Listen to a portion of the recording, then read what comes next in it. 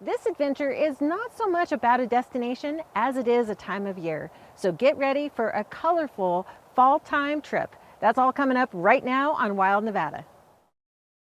Support for PBS Reno and Wild Nevada comes in part from the William N. Pennington Foundation. Bill Pennington was an entrepreneur, philanthropist, and gaming pioneer who built a legacy of community service in Nevada. And by Thelma B. and Thomas P. Hart Foundation, Christine Perry, Margaret Burback, Mark and Susan Herron, in memory of Sue McDowell, Lloyd Rogers and Gaia Brown, Stanley and Neela Schumacher, and by individual members.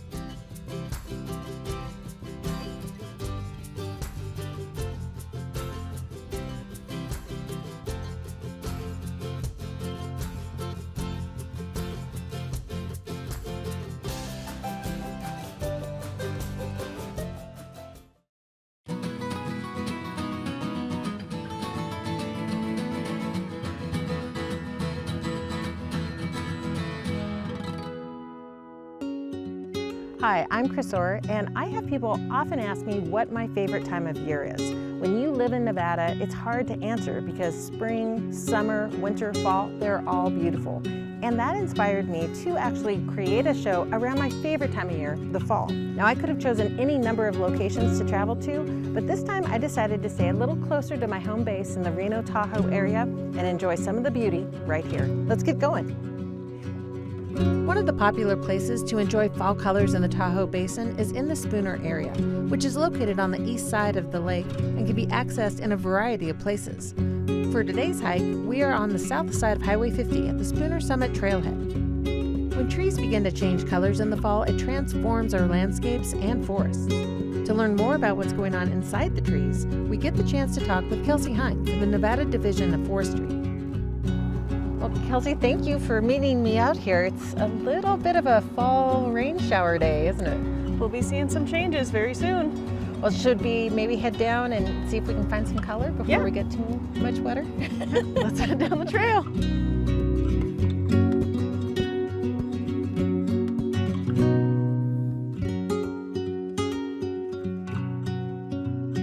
This looks like such a pretty part of the forest. You've got new growth and old trees. It feels very healthy along here. And it is. It's a very well managed part of the forest. Something else to note in this particular area is that there are different ages of trees. Because there's that uneven age, it allows there to be multiple layers that accomplish different wildlife tasks. You want to have some broken up areas and allow some good spacing in between trees so they're not competing with each other for resources. What's the right number for the area based on all of those factors?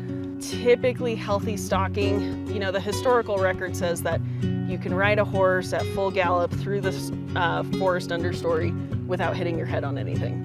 So that's been the, scientific metric for how many trees should be in an area.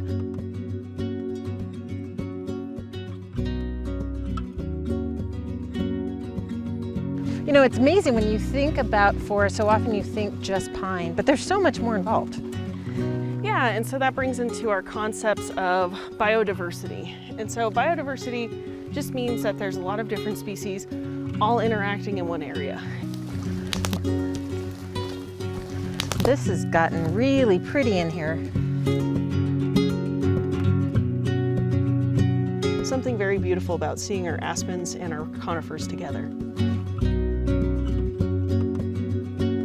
Is there a reason why when you see an aspen, you always see multiple? Aspen trees are very unique in their ability to reproduce. And so the reproduction that they use is called clonal, which means that this is all part of one colony. This is all one organism potentially. These aren't individual aspen trees. These are all one organism that has different stems.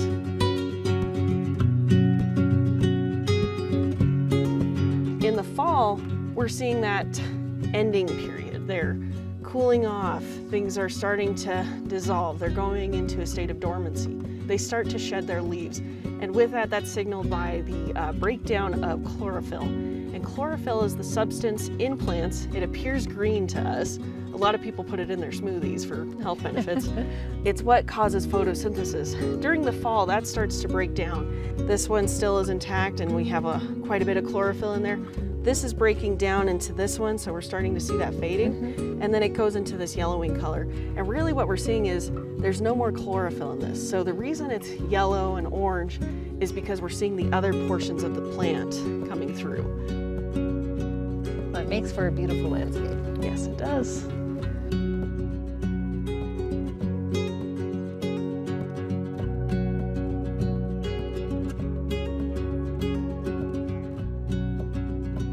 This is a gorgeous grove, and you can tell we hit it pretty prime, but we've got some more color to come, I think. You might not notice like the slow change right away, but then suddenly, oh man, it's all changed all together.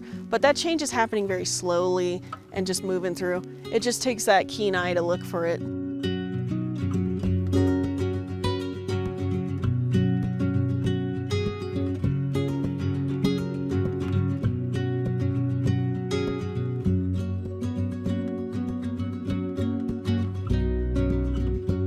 Well, speaking of weather changes, I kind of feel like the next wave of the rain is moving in, huh? It does feel that way. I might have to get out my jacket. Well, should we head back maybe and get out of the rain? Yeah. The weather in Nevada's mountains is often referred to as unpredictable, and the fall can increase the chance of extreme and unexpected changes, particularly when elements of summer and winter collide. As we hike, Kelsey and the crew and I get the chance to experience some of that changeable weather. In addition to the visible signs of fall in our trees, this is a highly active time for bird migration as they start seasonal journeys to warmer climates. At Crystal Peak Park in the community of Verdi, we meet up with Lauren Whiteneck and Diane Wong-Cohn of the Northwest Nevada Bird Alliance to get some tips on how to observe our migrating feathered friends. Thank you guys for meeting me. It's a beautiful fall day. It's gorgeous. Yes, it is. It's a little chilly, but I'm guessing that doesn't matter for birds? No, actually the sun's out and the birds have been fasting all night, so they're ready to eat and we're ready to see them.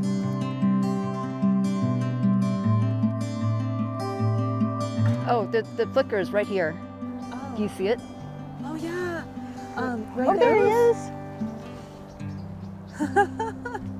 They are deceptively big. They're big.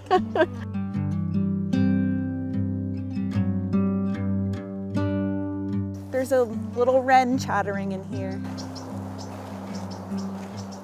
So I'm gonna try to call this guy out.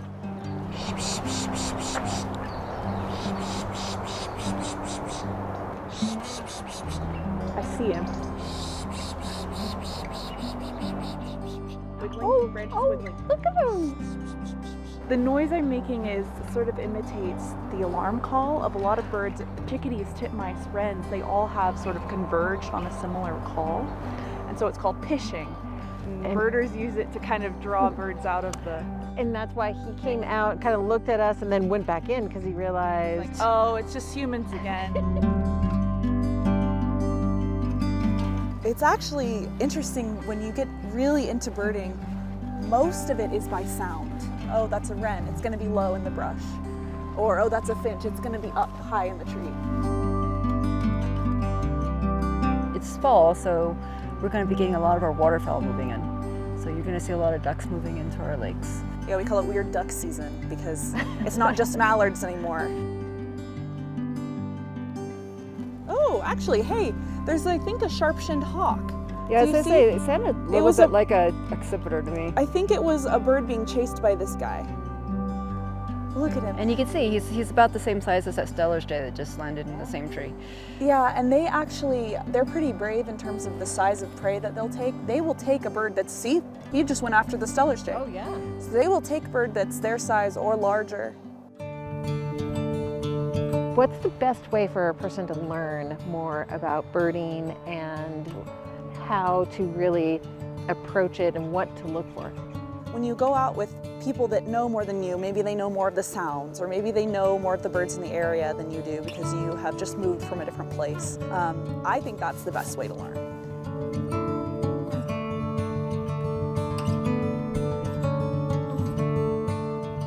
water's going to attract a lot of wildlife. And so when you think about where do I want to go birding, if you just think where's there a lake, where's there a river, where's there a creek, you're likely to find wildlife, and that's a good place to start. And I'm listening to A flicker. I'm learning to identify that guy. That's a white-crowned sparrow. Oh, really? Yeah. See the dead stick Oh, yeah. sticking up? Yeah, it's right a there. chunky guy Yeah. on the right side. And this is an adult white-crowned sparrow. So they have a black and white crown. They have Oh, sort of yeah, a I grayish see 'em. body, a brownish sides. He's a chunk. Yeah, he's chunky. He's very round. He's chunky. He's chunky. He's a boar. He came all the way down from Oh, Alaska he's pretty. to hang out with us. Yeah, they're beautiful. I love them.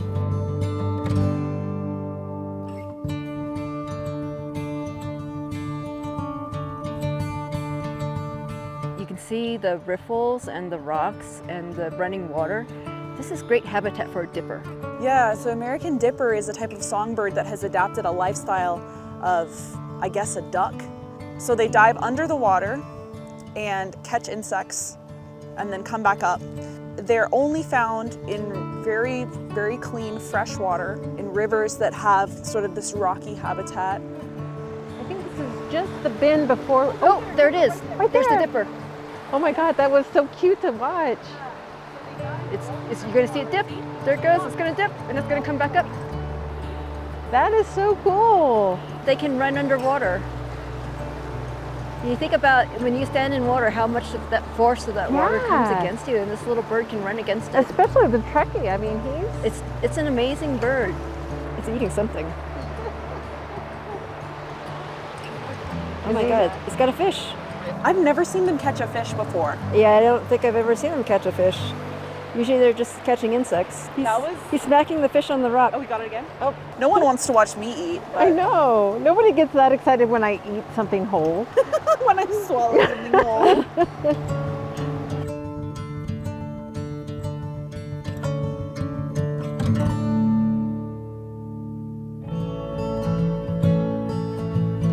Here we have sort of a small body of water, and depending on the size of the body of water, it's going to attract different birds. We have dabbling ducks and we have diving ducks. They're kind of like the two big groups of ducks. And the diving ducks usually require larger and deeper bodies of water because they're foraging further under the water for different things. Ducks are the perfect beginner birder birds to watch because they're larger than songbirds, and They're they're out in the colorful. open, and they're very colorful, and a lot of them are easy to identify. And they always smile. They do always smile. They're enjoying the sun hitting them this morning. Yeah, and that's the thing too, is sometimes when you get a pond like this, the birds do get more accustomed to human activity, and so you can get closer and you can see them without the use of binoculars. You don't need any special equipment to see birds. Well, this has been so much fun. I really appreciate you guys helping me spot a few today. What a lovely way to spend the morning. Yeah, Oh. thank you. Birding is such a fun way to get outside and observe wildlife and nature. It's an activity that can be accessible to many throughout the year. And I could spend all day here with my binoculars watching these guys, but there's still more to explore. In northern Nevada, one of the most striking but sometimes underappreciated fall landscapes is the way the season changes our river and wetland areas. For a prime example of how pretty they can be, I head east from Reno on Interstate 80 and just off the Patrick exit, find the McCarran Ranch Preserve. Here I meet Heather Geiger, Protection and Stewardship Strategy Director for the Nevada chapter of the Nature Conservancy. Heather, thank you for meeting me out here today. It's beautiful. Oh, it's a gorgeous day, Chris. Thanks for joining us. Don't think we could have timed it better because the fall colors look amazing today.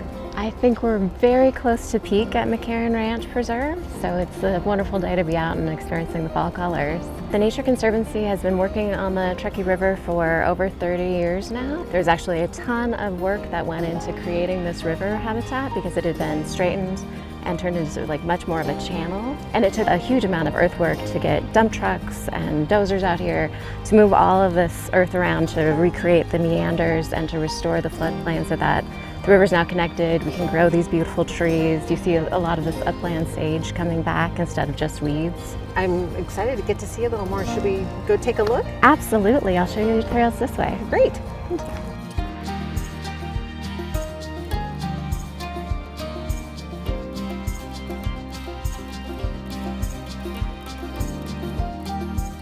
TNC over the last 20 years or so has been able to do restoration work on 11 miles of the Truckee River. And there are trails that run through the entire preserve area that are open to the public for hiking, for dog walking, bird watching. We certainly welcome people to come fish in the river, and there are several points there you can actually access the river to go fishing. This is really my favorite time of year to be out here because the weather is just perfect. You get these beautiful, cool fall days, and the willows and the cottonwoods are changing. And it also lets you kind of extend your fall season, right? Because you can start with the aspens up at the higher elevation, and then as it gets colder and colder, you can come down here and enjoy the lower river area. It's beautiful.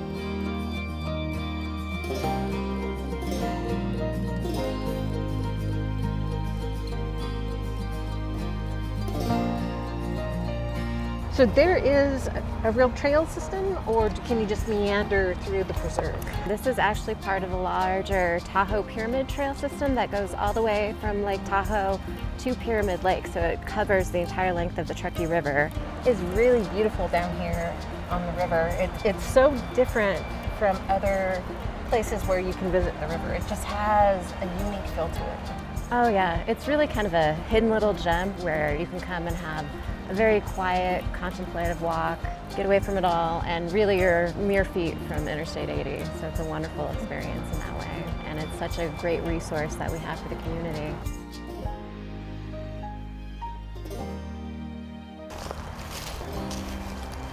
And this is such a beautiful stretch of river to come out and visit.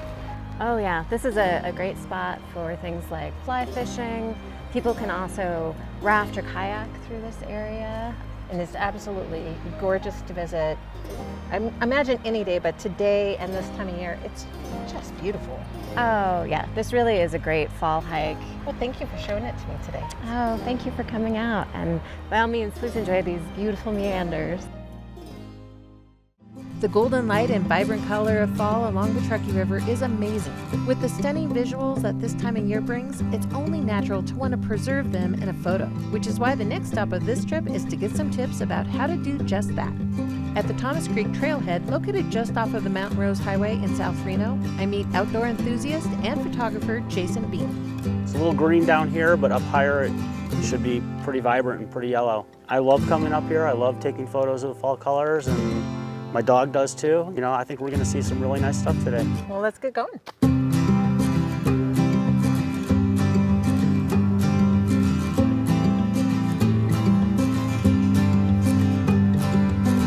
You don't need expensive, fancy camera gear to come out here and get really beautiful photos, okay? I have a theory that if the landscape or the scenery is nice enough, all you really need is a phone. You already have it. It's in your pocket. So take you're advantage. saying that you're not going to let me off the hook, that I have to use this too? Is that what you're saying? Yeah, I'm dying to see what photos you get today, Chris. It's not a competition, it's more of a safari. Yes. It's a safari. I like that. It's All a right. photo safari. It's a photo safari. All right.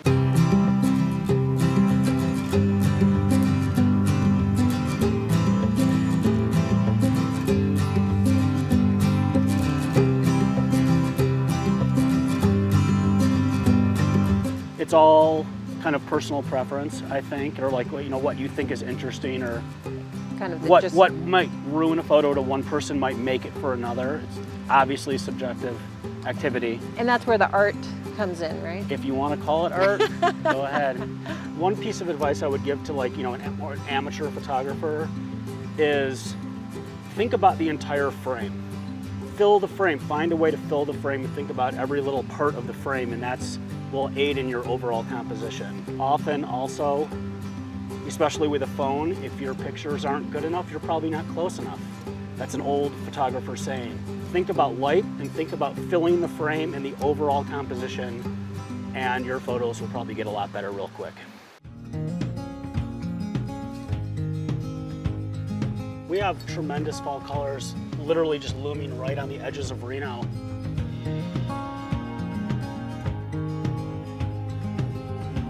It's just phenomenal up here.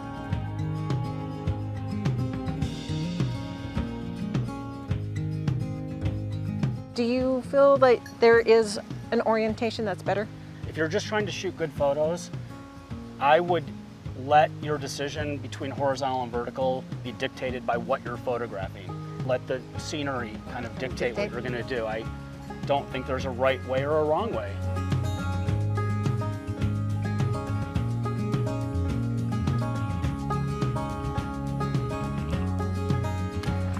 I don't think we could have asked for a better fall day for this. It's pretty perfect, actually. Yeah, perfect fall weather. We are lucky to be out here. This is really pretty.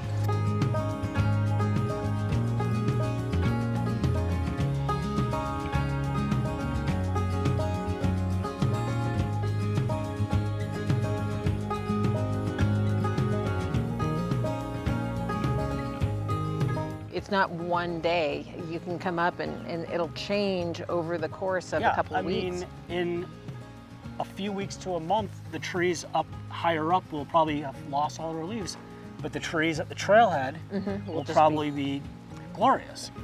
Look, Pinto has leaves on her. Yep. We've been hiking, but it really is kind of nice to stop and just take in wherever you're standing and listen to the water, listen to the wind. You don't always have to be moving through the landscape. It's nice to actually stop and just be in a place, be present. Being able to take a beautiful memento, like a good photograph after a hike, means a lot.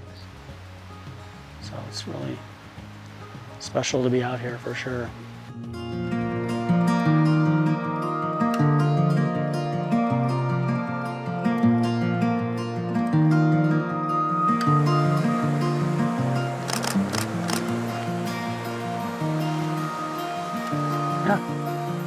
Beautiful spot right down here by the creek.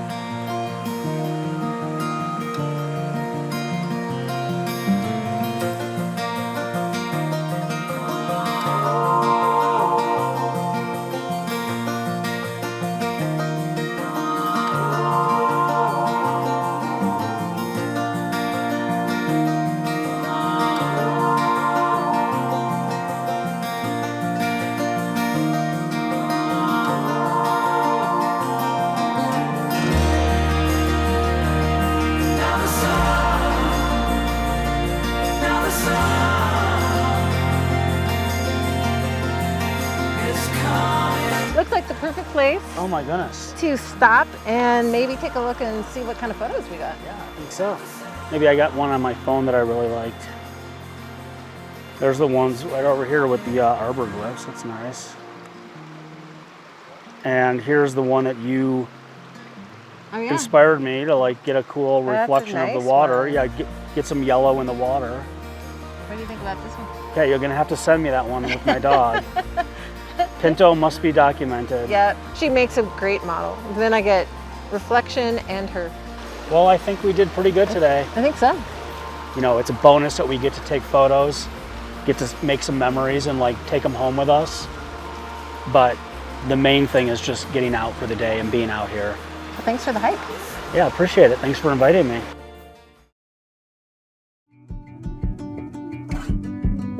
When I think about enjoying fall colors, I often think back to when I was a kid and we'd pick a pretty destination and just go for a drive. So the crew and I are just over the Nevada-California border on Highway 88 up in Hope Valley. Let's go for a drive.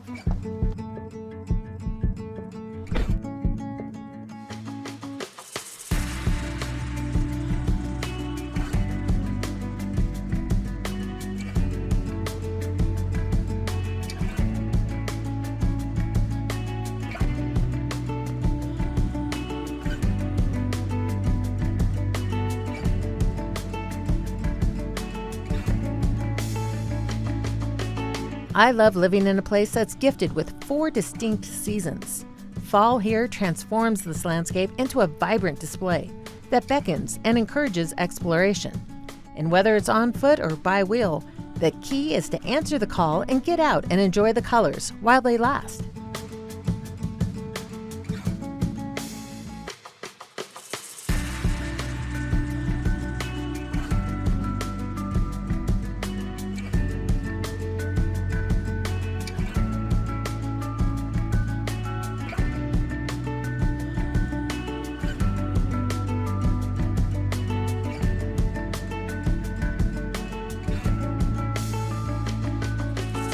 That's all I've got time for this trip, but it's been great getting to enjoy some more of the fall colors. You know, if you want to get out and enjoy something like the seasons, all you've got to do is step outside, whether it's a city park, your own neighborhood, or even your own backyard. If you want more information about this or any of the Wild Nevada series, visit our website at pbsreno.org and stream us with the PBS app. And until my next Wild Nevada, I hope you get to have some colorful adventures of your own. Pinto, come here, girl. Come on, come on, come on. She sees stuff in the water and she gets obsessed with it. Support for PBS Reno and Wild Nevada comes in part from the William N. Pennington Foundation. Bill Pennington was an entrepreneur, philanthropist, and gaming pioneer who built a legacy of community service in Nevada. And by Thelma B. and Thomas P. Hart Foundation, Christine Perry, Margaret Burback, Mark and Susan Herron, in memory of Sue McDowell, Lloyd Rogers and Gaia Brown, Stanley and Neela Schumacher, and by individual members.